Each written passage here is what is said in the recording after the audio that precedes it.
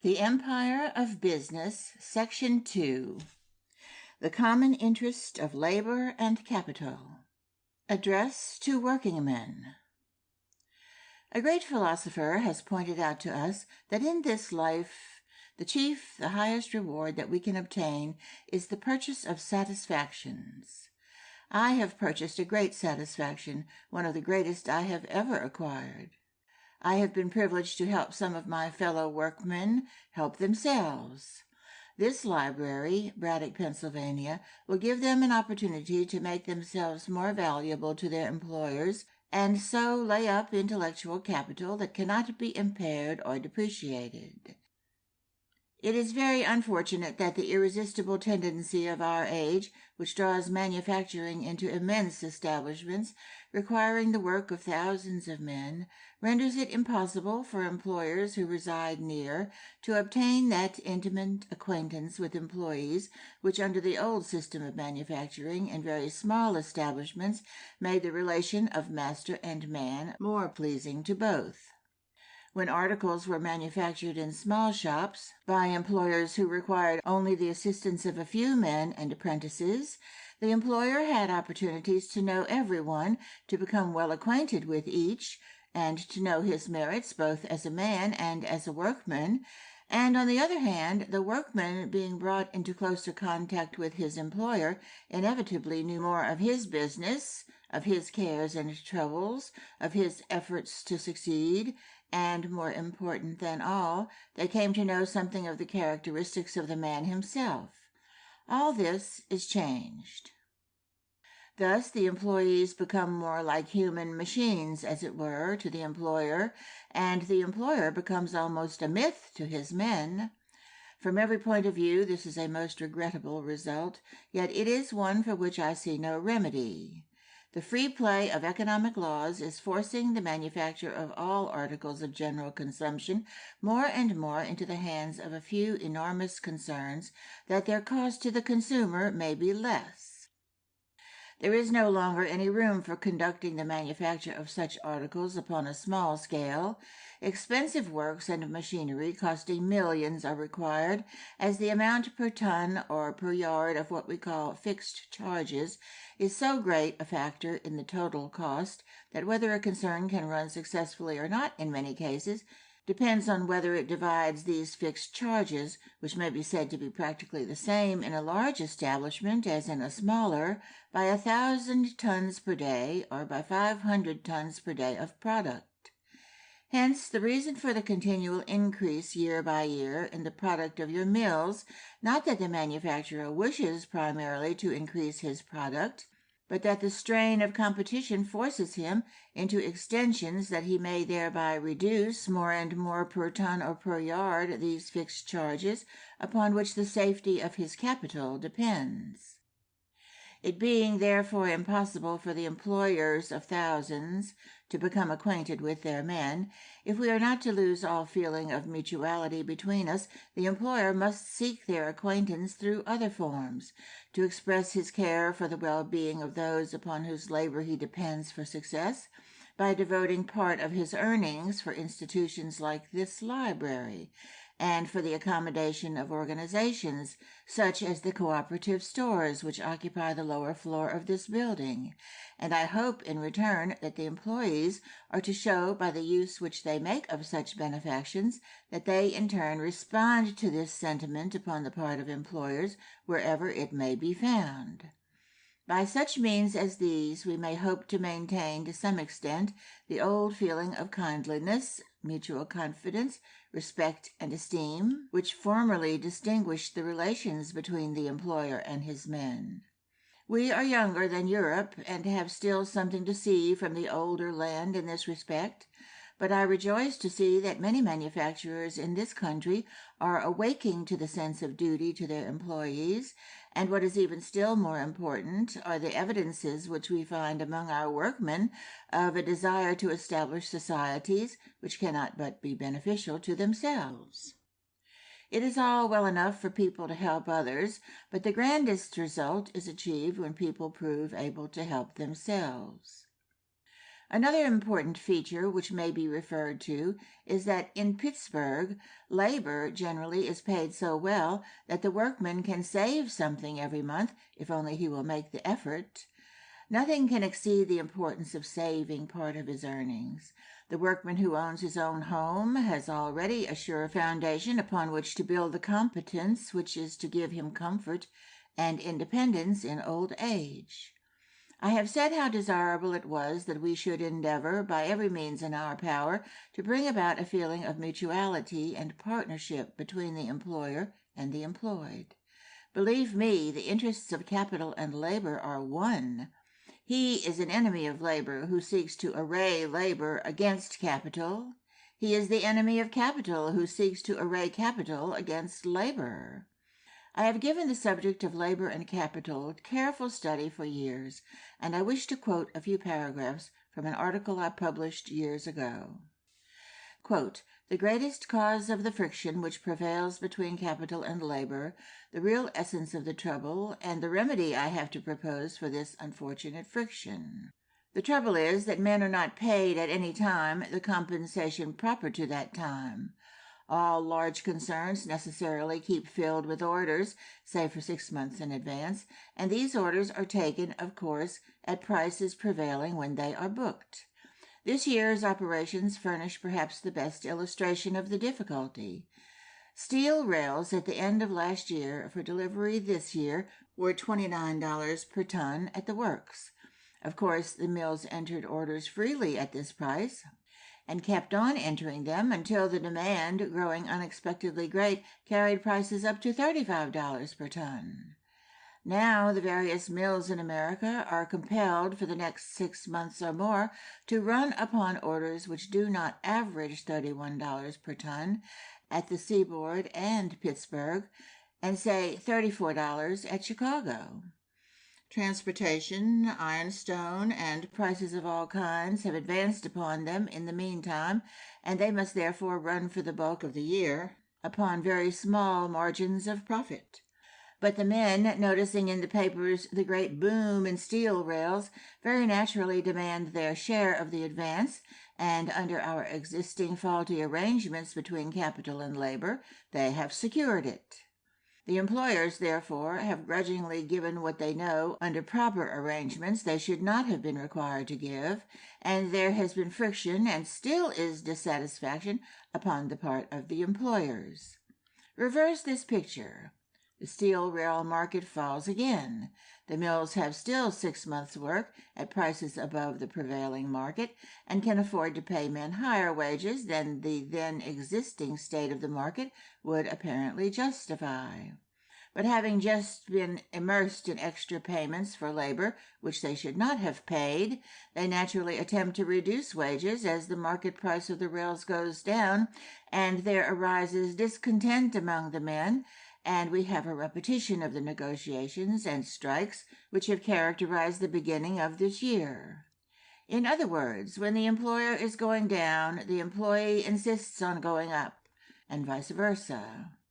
What we must seek is a plan by which men will receive high wages when their employers are receiving high prices for the product, and hence are making large profits, and per contra, when the employers are receiving low prices for product, and therefore small, if any, profits, the men will receive low wages. If this plan can be found, employers and employed will be in the same boat, rejoicing together in their prosperity and calling into play their fortitude together in adversity. There will be no room for quarrels, and instead of a feeling of antagonism, there will be a feeling of partnership between employers and employed. There is a simple means of producing this result, and to its general introduction both employers and employed should steadily bend their energies. Wages should be based upon a sliding scale in proportion to the net prices received for product month by month. It is impossible for capital to defraud labor under a sliding scale." End quote. One advantage of this library, Carnegie Library at Braddock, Pennsylvania, will be that it will bring before you every local newspaper and every trade journal, and I beg you all to read these carefully. You will find many misstatements, many blunders. These are inseparable from the newspaper press, which must work hastily and report even rumors.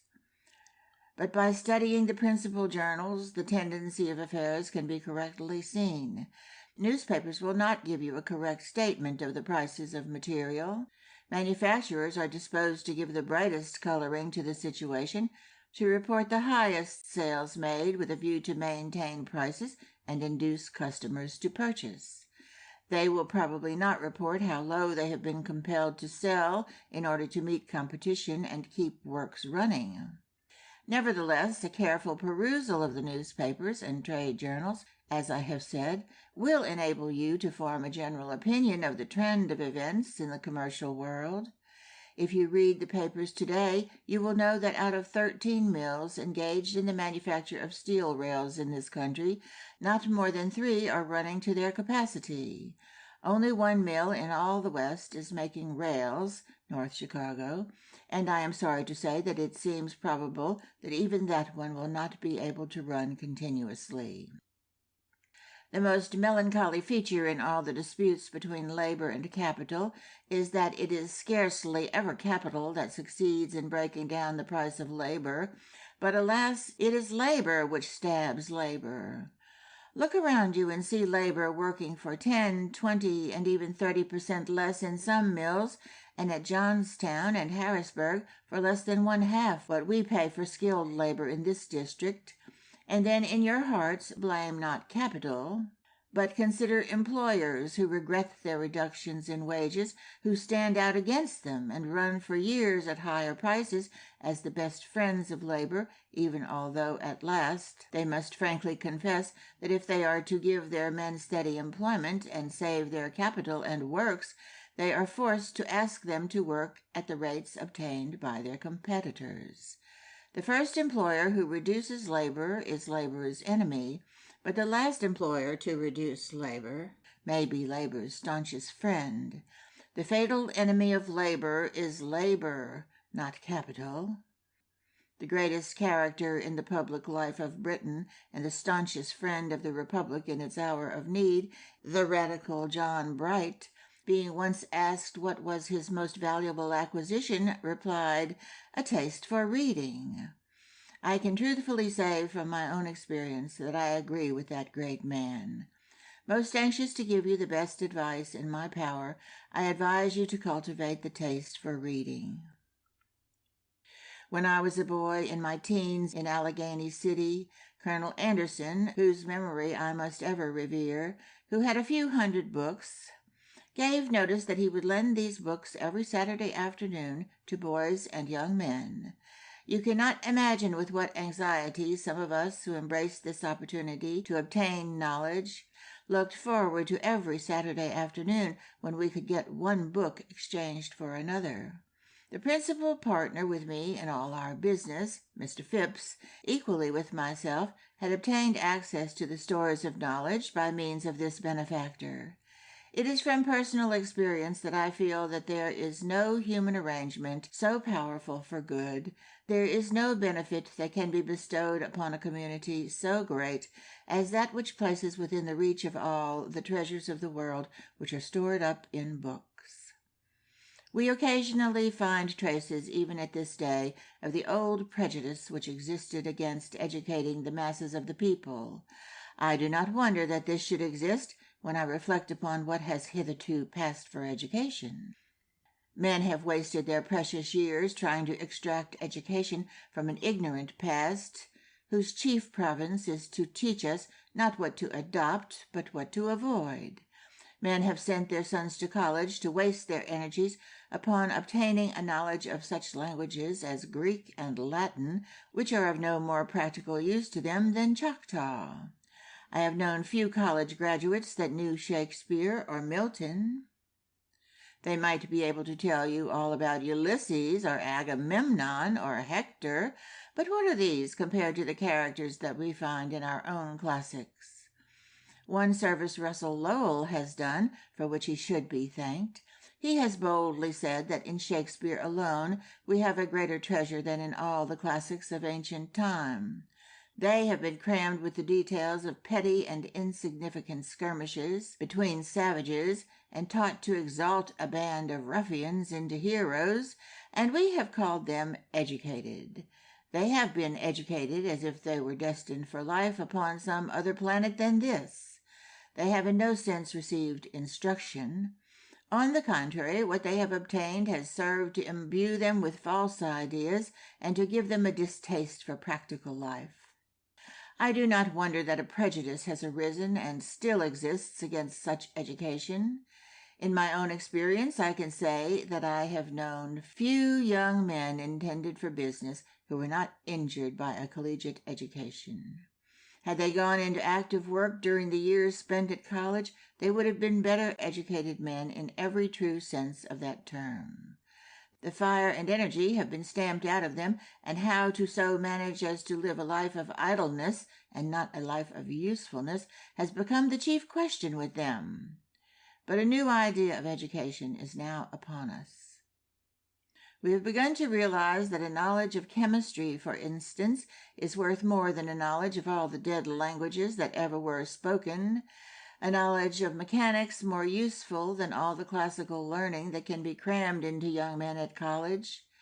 What is the young man to do who knows Greek with a young man who knows stenography or telegraphy, for instance, or bookkeeping, or chemistry, or the laws of mechanics in these days? Not that any kind of knowledge is to be underrated. All knowledge is, in a sense, useful. The point I wish to make is this, that except for the few who have the taste for the antiquarian and who find that their work in life is to delve among the dusty records of the past, and for the few that lead professional lives, the education given today in our colleges is a positive disadvantage. The lack of education in its true sense has done more than all the other causes combined to prevent the universal recognition of labor. I remember that the great president, the greatest of all railway managers, Edgar Thomson, after whom the works here are called, once asked me to remove from Pittsburgh to be master of machinery of the Pennsylvania Railroad. Well, you may smile. And I said to Mr. Thomson, "Why, Mr. Thomson, you amaze me. I know nothing whatever about machinery." "That is the reason I want you to take charge of it," he replied. "I have never known a mechanic with judgment and good sense, except one." This was before the time of Captain Jones, so he could not have referred to the captain. This lack of judgment in mechanics was because at that day in this country they had failed to receive an all-round education. I mean the true education and knowledge of matters and things in general, by which we are surrounded and with which we have to deal. The unprecedented success which has attended the development of the Bessemer works in this country has arisen from this cause, above all others, that, unlike the manufacture of iron, it has fallen into the hands of men of great scientific knowledge. The services of these men are recognized throughout the world and receive compensation which a few years ago would have been considered enormous, and in consequence they have lifted mechanical labor with them and served to dignify it in the eyes of the world. The mechanic, the mechanical engineer, the manager of steel mills are now titles of honor. If you want to make labor what it should be, educate yourself in useful knowledge. That is the moral I would emphasize. Get knowledge, cultivate a taste for reading, that you may know what the world has done and is doing, and the drift of affairs. The value of the education which young men can now receive cannot be overestimated, and it is to this education, as given in technical schools, to which I wish to call your attention. Time was when men had so little knowledge that it was easy for one man to embrace it all, and the courses in colleges bear painful evidence of this fact today. Knowledge is now so various, so extensive, so minute, that it is impossible for any man to know thoroughly more than one small branch. This is the age of the specialist. Therefore, you who have to make your living in this world should resolve to know the art which gives you support, to know that thoroughly and well, to be an expert in your specialty. If you are a mechanic, Then from this library, study every work bearing upon the subject of mechanics. If you are a chemist, then every work bearing upon chemistry. If you are at the blast furnaces, then every work upon the blast furnace. If in the mines, then every work upon mining. Let no man know more of your specialty than you do yourself. That should be your ideal. Then, far less important, but still important, to bring sweetness and light into your life, be sure to read promiscuously and know a little about as many things as you have time to read about. Just as on his farm the farmer must first attend well to his potatoes and his corn and his wheat, from which he derives his revenue, so he may spend his spare hours as a labor of love in cultivating the flowers that surround his home. One domain your work, the other your recreation. In these days of transition and of struggles between labor and capital, to no better purpose can you devote a few of your spare hours than to a study of economic questions. There are certain great laws which will be obeyed, the law of supply and demand, the law of competition, the law of wages and profits. All these you will find laid down in the textbooks, and remember that there is no more possibility of defeating the operation of these laws than there is of thwarting the laws of nature which determine the humidity of the atmosphere or the revolution of the earth upon its axis. A severe study of scientific books must not be permitted to exclude the equally important duty of reading the masters of literature, and by all means of fiction. The feeling which prevails in some quarters against fiction is, in my opinion, only a prejudice. I know that some, indeed most, of the eminent men find in a good work of fiction one of the best means of enjoyment and of rest. When exhausted in mind and body, and especially in mind, nothing is so beneficial to them as to read a good novel. The fact that they know more about a problem than their fellows and are able to suggest the remedy or improvement is what is of value to them and their employer. There is no means so sure for enabling the workman to rise to the foremanship, managership, and finally partnership as knowledge of all that has been done and is being done in the world today in the special department in which he labors. From the highest down to the lowest, a better grade of service is rendered by the intelligent man than it is possible for the ignorant man to render. His knowledge always comes in, and whether you have knowledge on the part of the manager who directs or of the man who only handles a shovel, you have in him a valuable employee in proportion to his knowledge, other things being equal. In the course of my experience as a manufacturer, I know our firm has made many mistakes by neglecting one simple rule: never to undertake anything new until your managers have had an opportunity to examine everything that has been done throughout this world in that department. Neglect of this has cost us many hundreds of thousands of dollars, and we have become wise. Now I say here to the man who is ambitious to learn, who perhaps thinks that he has some improvement in his mind, here in the rooms of this library there is, or I hope soon will be, the whole world's experience upon that subject brought right before you down to a recent date. In any question of mechanics, or any question of chemistry, any question of furnace practice, you will find the records of the world at your disposal here. If you are on the wrong track, these books will tell you. If you are on the right track, they will tell you. If you are on the right track, they will afford you encouragement. You can go through hall after hall in the patent office in Washington and see thousands of models of inventions bearing upon all branches of human industry, and 99 out of every 100 would never have been placed there had the ignorant inventor had at command such facilities as will be yours in this library. I have heard employers say that there was great danger that the masses of the people might become too well educated to be content in their useful and necessary occupations. It has required an effort upon my part to listen to this doctrine with patience. It is all wrong. I give it an unqualified contradiction. The trouble between capital and labor is just in proportion to the ignorance of the employer and the ignorance of the employed. The more intelligent the employer, the better, and the more intelligent the employed, the better. It is never education, it is never knowledge that produces collision. It is always ignorance on the part of one or the other of the two forces. Speaking from an experience not inconsiderable, I make this statement. Capital is ignorant of the necessities and the just dues of labor, and labor is ignorant of the necessities and dangers of capital. That is the true origin of friction between them.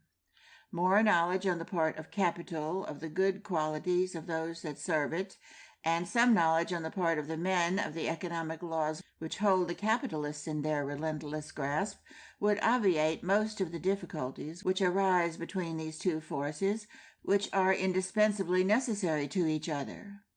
I hope that those of our men who possess that inestimable prize, the taste for reading, will make it a point to study carefully a few of the fundamental laws from which there is no escape, either on the part of labor or capital. If this library be instrumental in the slightest degree in spreading knowledge in this department, it will have justified its existence. I trust that you will not forget the importance of amusements. Life must not be taken too seriously. It is a great mistake to think that the man who works all the time wins the race. Have your amusements. Learn to play a good game of whist or a good game of draughts or a good game of billiards. Become interested in baseball or cricket or horses, anything that will give you innocent enjoyment and relieve you from the usual strain. There is not anything better than a good laugh. I attribute most of my success in life to the fact that, as my partners often say, trouble runs off my back like water from a duck. There is a poetical quotation from Shakespeare that is applicable. It is to wear your troubles as your outsides, like your garments, carelessly. Many men are to be met with in this life who would have been great and successful had the world rated them at the value which they placed upon themselves. This class are the victims of an hallucination. Nobody in the world desires to keep down ability. Everybody in the world has an outstretched hand for it. Every employer of labor is studying the young men around him, most anxious to find one of exceptional ability. Nothing in the world so desirable for him and so profitable for him as such a man. Every manager in the works stands ready to grasp, to utilize the man that can do something that is valuable. Every foreman wants to have under him in his department able men upon whom he can rely and whose merits he obtains credit for, because the greatest test of ability in a manager is not the man himself, but the men with whom he is able to surround himself. These books on the shelves will tell you the story of the rise of many men from our own ranks. It is not the educated or so-called classically educated man. It is not the aristocracy. It is not the monarchs that have ruled the destinies of the world, either in camp, council, laboratory, or workshop. The great inventions, the improvements, the discoveries in science, the great works in literature have sprung from the ranks of the poor. You can scarcely name a great invention or a great discovery. You can scarcely name a great picture or a great statue, a great song or a great story, nor anything great that has not been the product of men who started like yourselves to earn an honest living by honest work. And believe me, the man whom the foreman does not appreciate, and the foreman whom the manager does not appreciate, and the manager whom the firm does not appreciate, has to find the fault not in the firm, nor the manager, nor the foreman, but in himself. He cannot give the service that which is so invaluable and so anxiously looked for. There is no man who may not rise to the highest position, nor is there any man who, from lack of the right qualities or failure to exercise them, may not sink to the lowest. Employees have chances to rise to higher work, to rise to be foremen, to be superintendents, and even to rise to be partners, and even to be chairmen in our service. if they prove themselves possessed of the qualities required. They need never fear being dispensed with. It is we who fear that the abilities of such men may be lost to us. It is highly gratifying to know that the hours of labor are being gradually reduced throughout the country. 8 hours to work, 8 hours to play, 8 hours to sleep seems the ideal division. If we could only establish by law that all manufacturing concerns which run day and night should use 3 turns, it would be most desirable. We tried to do so for several years at a cost of some hundreds of thousands of dollars, but were finally compelled by our competitors to give up the struggle. The best plan, perhaps, is to reach it by slow degrees through state laws. No one firm can do much.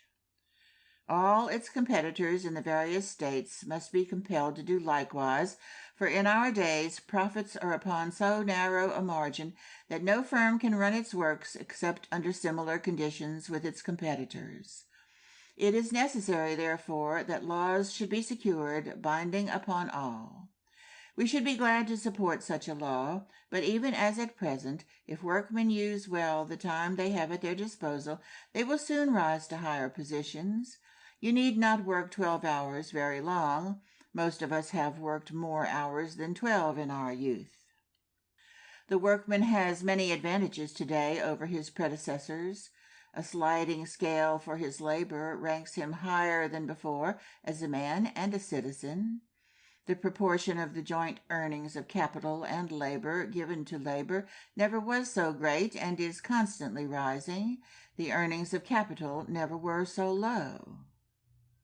I hope the future is to add many more advantages, and that the toilsome march which labor has had to make on its way from serfdom, when our forefathers were bought and sold with the mines and factories they worked, up to its present condition, is not yet ended, but that it is destined to continue and lead to other important results for the benefit and dignity of labor. End of section 2.